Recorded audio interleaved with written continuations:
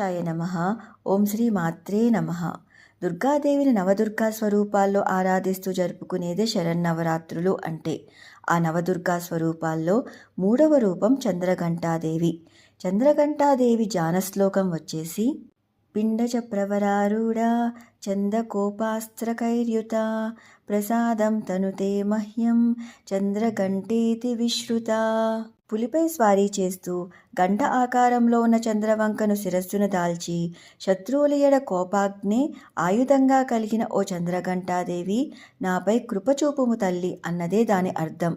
శిరస్సున ఉన్న చంద్రవంక గంట ఆకారంలో ఉండటం వల్ల ఈ తల్లిని చంద్రఘంట అని పిలుస్తారు.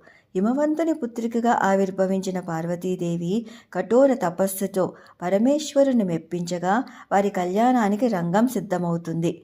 పరమేశ్వరుడు సమస్త దేవతలు, మహర్షులు, శివపరివార సహితంగా భూత ప్రేత పిశాచాది సమస్త రుద్రగణాలను వెంటబెట్టుకుని కళ్యాణ మండపానికి తరలిరాగా వారందరినీ చూసిన పార్వతీ తల్లి అయిన మేనకాదేవి సృహ తప్పి పడిపోతుంది. అప్పుడు అమ్మవారు చంద్రఘంటా రూపంలో శివునికి కనిపించి సౌమ్య రూపంలో అందరికీ దర్శనమిచ్చి అనుగ్రహించమని ప్రార్థించగా శివుడు అందమైన రూపాన్ని ధరించి పార్వతీదేవిని వివాహమాడారు. ఆ విధంగా అందరి భయాన్ని పోగొట్టే విధంగా అమ్మ ధరించిన రూపమే ఈ చంద్రఘంటా రూపం. హిమవంతుని కూతురైన పార్వతీదేవి పరమేశ్వరుని అర్ధాంగిగా, ఆయనకు అభిన్నగా లోకానికి దర్శనమిచ్చిన మొదటి రూపమే ఈ చంద్రఘంటా రూపం.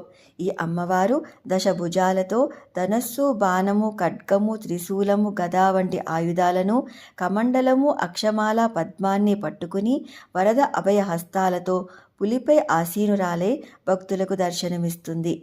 ఆ అమ్మవారు ఘంటానాద శబ్దంతో శత్రువుల వినాశనం జరిగి భక్తుల సమస్త భయాలు తొలగి మానసిక ప్రశాంతత లభిస్తుంది. ఈ అమ్మవారు మణిపూరక చక్రానికి అధిదేవత. ఈ తల్లికి ఇష్టమైన నైవేద్యం కొబ్బరి అన్నం.